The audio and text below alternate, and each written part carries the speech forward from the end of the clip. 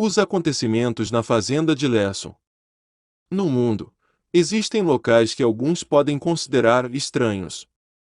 Claro, existem casas tipicamente assombradas e cemitérios antigos que podem ou não ser sobrenaturais, mas nenhum poderia compreender verdadeiramente os acontecimentos da fazenda de Lesson. A fazenda de Lesson era um lugar que nem mesmo as aventuras mais corajosas iriam imaginar. Era difícil chamar os céticos de verdadeiramente céticos, quando ele se recusava a pisar no local. As origens da fazenda de Lesson não são exatamente conhecidas, mas sua história foi suficiente para escrever um livro. O primeiro caso seria de 1962. A fazenda de Lesson seria herdada por John e Mabel de Lesson, junto com seus 4 filhos. John herdou a fazenda de seu avô, que faleceu de tuberculose. O avô de John, Henry, seria descrito como um bom homem. Ele era um trabalhador que se preocupava com a fazenda tanto quanto se preocupava com sua família. Por muitas décadas, Henry viveu na fazenda, embora nunca se saiba se ele era o dono da fazenda ou se ele mesmo herdou. Nos últimos dias de Henry, ele estava histérico. Em seu quarto de hospital, ele gritava constantemente sobre buracos nos campos, e mãos subindo do chão. Nunca se soube o que ele quis dizer antes de morrer. Isso até que John herdou a fazenda. Os vizinhos não gostavam tanto desses de Lessons quanto de Henry. John foi descrito como um bêbado furioso. Mabel era uma mulher barulhenta e pesada. Os 3 filhos de Lesson eram adolescentes problemáticos que faltavam à escola e davam festas na fazenda. A única filha de Lesson era uma criança protegida e mimada. A polícia seria chamada à fazenda de Lesson quase diariamente. De abuso doméstico a reclamações de barulho, não havia nada pelo qual os de Lessons não fossem famosos. Isso até a noite de 16 de maio de 1963. Por volta da meia-noite, os vizinhos ouviram Mabel de Lesson gritando e berrando dos campos. Ela estava nua e com o rosto vermelho. Ela parecia indescritivelmente histérica sobre alguma coisa. A situação rapidamente ficou sombria quando foi descoberto por que ela estava se comportando dessa maneira. Alguns dias antes, o amado gato de Mabel Whisky havia desaparecido. Mabel especulou que talvez John tivesse algo a ver com isso. Foi só naquela noite que Mabel estava tomando banho tarde da noite quando ouviu miados fracos vindos da janela do banheiro. Ela nem se vestiu antes de sair correndo. Foi quando ela se deparou com uma visão horrível. Mabel descobriu o Whisky, mas ele estava completamente esfolado. Não era como se sua pele tivesse sido raspada. A pele de Whisky desapareceu completamente. Era como se tivesse sido descascado de forma limpa. O pior era que a pobrezinha ainda estava viva. Vendo isso, Mabel entrou em colapso absoluto. Ela começou a gritar nua na noite, culpando John. Mabel passou aquela noite sob custódia policial para sua própria proteção. John pegou seu rifle e tirou o pobre felino de sua miséria. Quem faria algo tão hediondo? Nenhum animal ou pessoa deveria ter que passar por algo tão horrível. O próximo evento aconteceria em 2 de fevereiro de 1964 às 22 horas. A polícia foi chamada à fazenda de Lesson depois que os tiros foram ouvidos. Quando eles chegaram ao local, John de Lesson estava em seu quintal. Ele era uma bagunça incoerente. Ele estava gritando sobre o poço da fazenda. Ele alegou ter testemunhado todos os outros membros de Lesson serem arrastados para o poço. Ele falou de gavinhas negras e olhosas que surgem do poço e puxam Mabel para baixo. Ela saiu naquela noite para verificar os cupês de frango depois que ela ouviu um tumulto. John estava olhando da janela. Ele pulou e tentou alertar as crianças, mas elas já tinham ido embora. Eles não estavam na cama onde ele os viu pela última vez. Os tiros soaram depois que John proclamou que eles voltaram, mas não foram eles. Ele falou de algo no poço que levou sua família e fingiu ser eles. A polícia assumiu que John havia sofrido um colapso mental, executou os outros membros de Dilerson e descartou seus corpos no poço da fazenda. John foi mais tarde condenado a uma instalação mental pelo resto de seus dias. O resto dos membros de Dilerson nunca foram recuperados, embora tenham sido feitas tentativas para recuperá-los do poço. Embora tenham tentado, as autoridades observaram que o poço parecia nunca acabar. Eles proclamaram que era sem fundo. Não se sabe o quão profundo esse poço realmente é, mas essa era uma situação muito familiar para os vizinhos da fazenda de Dilerson. Eles se lembraram das divagações moribundas de Henry. O que conversou sobre algo no chão realmente tinha peso. Por quase 2 décadas, a fazenda de Dilerson seria uma massa desolada de terra. As pessoas ao redor da área começaram a suspeitar que a fazenda de Dilerson estava amaldiçoada. O próximo evento não ocorreria até 1983. A essa altura, a fazenda de Dilerson estava praticamente em estado de abandono. Isso foi até que a propriedade fosse comprada pela Smith Mining, uma empresa de mineração com sede principalmente em Nova York na época. No final do outono daquele ano, Ed Smith enviou uma equipe de 20 homens à fazenda de Dilerson na esperança de colher o solo rico. Embora Dilerson tivesse sua reputação amaldiçoada, o lugar produziria algumas das melhores colheitas já vistas. A essa altura, a maioria dos vizinhos havia se mudado. Dilerson era oficialmente uma faixa de terra desolada. 15 dos homens desapareceram em uma noite de novembro durante um intervalo noturno de 30 minutos. O gerente voltou para encontrar 15 de seus funcionários desaparecidos e 4 incapacitados no chão. Dos 4 que restaram, nenhum deles conseguiu lembrar com precisão o que aconteceu. Tudo o que se pôde perceber foi que a tripulação tinha ouvido barulhos estranhos vindos de um dos buracos recém-cavados. Um dos homens foi investigar primeiro, mas ele se foi por muito tempo. Eventualmente, o trabalhador voltou, mas ele parecia estranho. O trabalhador parecia quase ansioso em tentar convencer os outros a segui-lo até o buraco. Foi quando os 4 trabalhadores restantes desmaiaram, apenas para despertar para 15 de seus companheiros desaparecidos. Os 15 trabalhadores desaparecidos nunca foram encontrados, recuperados ou ouvidos novamente. A Ed Smith Mine entrou com pedido de falência em 1990, depois que as famílias dos trabalhadores desaparecidos entraram com uma ação contra a empresa. Até hoje, a fazenda de Dilerson ainda permanece intocada e inexplorada. Isso nos leva a apenas alguns meses atrás. Eu costumava trabalhar para uma equipe de investigadores paranormais. Por questões de segurança, meu nome e os nomes dos meus colegas foram alterados.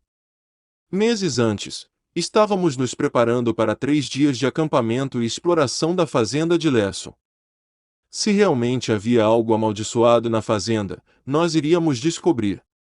O dia finalmente havia chegado. A equipe para esta exploração consistia em Dave, Ashley, Hector, Rob e eu. Dave era o líder da exploração, pois tinha mais experiência explorando locais paranormais. Ashley era praticamente nova na exploração, mas ela tinha uma ambição que você simplesmente não conseguia encontrar em nenhum outro lugar. Hector era o mais velho do grupo. Ele se juntou à equipe na esperança de algo quebrar seu ceticismo sobre o paranormal. Rob era um cara duro, mas ele era legal desde que você ficasse do lado bom dele. Chegamos na fazenda ao anoitecer. O lugar era uma bagunça velha e empoeirada. Nunca pensei que poderia descrever um lugar como deprimido, mas esse lugar era completamente desprovido de alegria ou vida. A primeira coisa que Dave apontou foi a estranha falta de som. Nada se ouvia a não ser a brisa seca do ar poeirento. Não havia pássaros, insetos ou carros passando. Era apenas completo e absoluto silêncio. Nem uma única criatura viva pôs os pés nesta terra em anos. A fazenda era apenas um purgatório abandonado perdido no tempo. Algo parece estranho neste lugar, disse Ashley. Este lugar com certeza me dá arrepios. Isso com certeza, disse Hector. Eu era alguém hipnotizado pelo lugar. Eu tinha ouvido falar sobre o lugar, mas nunca tinha pisado no local antes. Vê-lo pessoalmente era muito, muito mais intenso do que qualquer história poderia dar. A luz do dia está desaparecendo, pessoal. Vamos nos mexer, ordenou Dave. Ele simplesmente colocou qual era a nossa missão. Devíamos investigar o poço infame. O mesmo de que se falou no caso John Lesson. O plano de Dave era prender uma câmera submersível a um fio grosso e enviá-la para o poço. Nosso plano era ver se conseguíamos encontrar o que a polícia nunca conseguiu. Se a história de John Lesson teve algum tipo de peso, então os corpos da família de Lesson ainda podem estar naquele poço, se eles já estiveram lá em primeiro lugar. Enquanto Dave, Hector e Rob montam a linha e a câmera para o poço, Ashley e eu investigamos a fazenda e os alojamentos de Lesson. A casa não tinha nada de interessante. A casa, em sua maior parte, estava completamente vazia. A única coisa que restava eram alguns utensílios de cozinha velhos. O celeiro não foi diferente. O lugar estava quase vazio, exceto pelos equipamentos agrícolas deixados para trás. No entanto, havia uma coisa que Ashley notou. Havia uma trilha estranha na terra que levava do celeiro a um buraco preenchido pela casinha. A trilha parecia fresca, fresca demais. O que tornou ainda mais assustador foi que a trilha não parecia ter sido feita por uma pessoa. Era estranho e desorganizado. Em alguns pontos, a trilha era sinuosa. Em outros pontos, tornou-se como um inseto. Ashley tirou uma foto para as anotações. Eram agora 20 horas. A linha estava pronta para descer. Eu montei barracas e coloquei holofotes no local. Estava prestes a ser uma longa noite. Hector carregou a câmera na borda do poço. Na deixa de Dave, a câmera começou a descer. Nós temos visão. Ashley confirmou quando o ponto de vista da câmera apareceu em seu laptop. Está muito escuro. Ative a visão noturna, pediu Davi. Ashley ativou a visão noturna de seu laptop enquanto a câmera continuava a descer. Não havia nada de estranho até agora. Tudo o que eu podia ver eram as paredes do poço. Agora descemos para 20 pés, disse Ashley. As paredes de pedra feitas pelo homem do poço continuaram em frente. É um pouco estranho que o poço desça tão fundo. As paredes de pedra, é isso. Eu disse. Dave olhou para mim como se eu parecesse uma idiota. Eu provavelmente vi em sua mente. Descemos para 40 pés, disse Ashley. A essa altura, estávamos começando a ver a umidade contra as paredes. Algo estava um pouco fora, embora havia um estranho lodo preto começando a aparecer em manchas. À primeira vista, pode-se supor que seja mofo ou lodo, mas se contorceu um pouco quando a câmera passou por ele. Eu quase compararia com lesmas. O que é aquilo? Perguntei. Provavelmente apenas vermes. Eles são decompositores, você sabe. Talvez eles tenham comido algo morto lá embaixo. Disse Rob semi-sarcasticamente. Como nós descemos para 80 pés, disse Ashley confusa. 80. O que aconteceu com 60? Perguntei. Não sei. A câmera pulou completamente um marcador. É apenas uma falha. Continuar, disse Davi. Hector e Rob continuaram baixando a linha. A essa altura, as paredes deixaram de ser de pedra. As paredes eram apenas uma combinação de lama escurecida e aquela lama preta estranha. Foi quando a câmera parou de repente. Por que vocês pararam? Perguntou Davi. Nós não. Acho que acertamos alguma coisa, disse Rob. A câmera não mostrou nada, embora ainda estávamos olhando para a mesma lama turva. Foi quando a câmera começou a entrar em curto. O sinal começou a entrar e sair. Por uma fração de segundo, a tela mudou para outra coisa. Ashley, Pause a transmissão ao vivo e reproduza isso, disse Davi. Ashley fez isso e com certeza, algo apareceu por 1 milissegundo.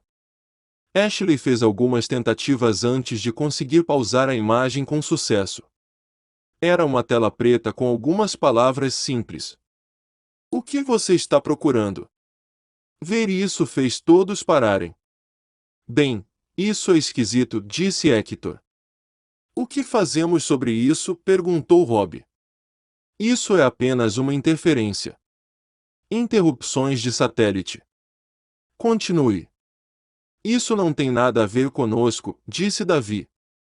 Dave estava completamente assustado. Eu podia ver tudo em seu rosto. Depois de um pouco de luta com o fio, a câmera começou a descer novamente. Descemos 280 pés, disse Ashley com uma voz trêmula. Pela primeira vez durante toda a descida, o áudio da câmera detectou algo. Começou como um leve ruído, mas quanto mais baixo descíamos, mais alto se tornava. Logo, pudemos ouvir vividamente o que era. Eram os miados dolorosos de um gato. O som era claramente um gato, mas soava deformado e distorcido. A única maneira que eu poderia descrever era como se algo que não fosse um gato estivesse tentando desesperadamente soar como um. Por tudo isso, fomos cada vez mais baixo. Eventualmente, o miado começou a soar menos animalesco e mais humano. Os gritos de um gato começaram a soar como os gritos de uma pessoa, várias pessoas. As vozes gritaram em uníssono. A essa altura, Ashley estava pronta para dar o fora de lá. Eu também estava. Rob tentou o seu melhor para ficar firme, mas eu poderia dizer que ele estava à beira de surtar. A visão noturna não estava nem vendo mais nada. Era apenas escuridão. A tela começou a exibir palavras e frases. Mabel. Bob. Sam. Frank. Joshua. Whisky. Eles fazem parte de nós agora. Você também pode fazer parte de nós. Contemplar. A filmagem da câmera foi totalmente cortada.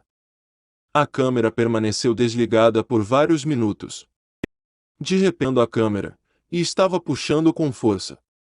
Rob tentou queimar suas mãos. O fio atingiu seu limite. Todavia, em outro lugar, podíamos ver estalagmites, água e mais desse lodo preto. Pegou a câmera fora de vista e a manteve lá por alguns segundos. A tela exibiu um conjunto final de mensagens. Dave. Ashley. Roubar. Hector. Marca. Não tenha medo. Nós podemos manter você seguro. Aqui embaixo. A câmera se virou para revelar o que assegurava. O que vimos nos deixou visivelmente pálidos. Uma fusão grotesca olhou para a câmera. Podíamos ver o que parecia ser uma combinação de 3 mulheres, 4 homens, um gato e algumas outras criaturas. Todos eles estavam cobertos por uma camada de fluido preto. Em uníssono, eles sorriram para a câmera. A câmera ficou offline para sempre. De repente, começamos a ouvir algo subindo rapidamente no poço. Todos nós corremos para a vão mais rápido possível. Não tínhamos cuidados pelos nossos pertences ou um pelo outro. Todos nós pulamos no veículo e pisamos no acelerador como se não houvesse amanhã. No espelho retrovisor, podíamos ver uma massa repugnante nos perseguindo em pernas finas, parecidas com insetos. A viagem inteira foi silenciosa. Todos nós estávamos perdidos em nosso próprio choque. Tínhamos acabado de descobrir algo horrível na fazenda de Lesson, mas todas as evidências haviam sido abandonadas lá. Quando algo assim acontece, você não pensa em evidências ou conspiração. Tudo o que está em sua mente é a sobrevivência. Desisti da investigação paranormal depois disso. Acho que todos nós fizemos. Nunca mais ouvi falar de nenhum deles. Suponho que todos eles simplesmente saíram e conseguiram empregos normais. Nunca mais vi ou ouvi falar da fazenda de Lesson. Verdade seja dita, acho que não quero saber nada sobre isso. Se dependesse de mim, eu diria aos militares para ir lá e deixar o lugar em cinzas. Há algumas coisas neste mundo que os olhos humanos não foram feitos para entender. O que havia naquele poço? O que aconteceu com isso? Eu fiz várias teorias sobre o que poderia ter sido. Primeiro pensei que havia alguns alienígenas sequestrando corpos vivendo na fazenda de Lesson. Minha outra teoria era que o poço pode ter sido algum tipo de portal para o inferno. Acho que nunca saberei realmente o que era. No entanto, vou deixar isso com uma mensagem simples. Se você se deparar com um lugar chamado Fazenda de Lesson, fique bem longe dele. A Fazenda de Lesson é um lugar perdido no tempo. É um lugar que permanece um ponto cego desolado aos olhos de Deus, e é isso que deve permanecer. Faça o que fizer, deixe a Fazenda de Lesson apodrecer.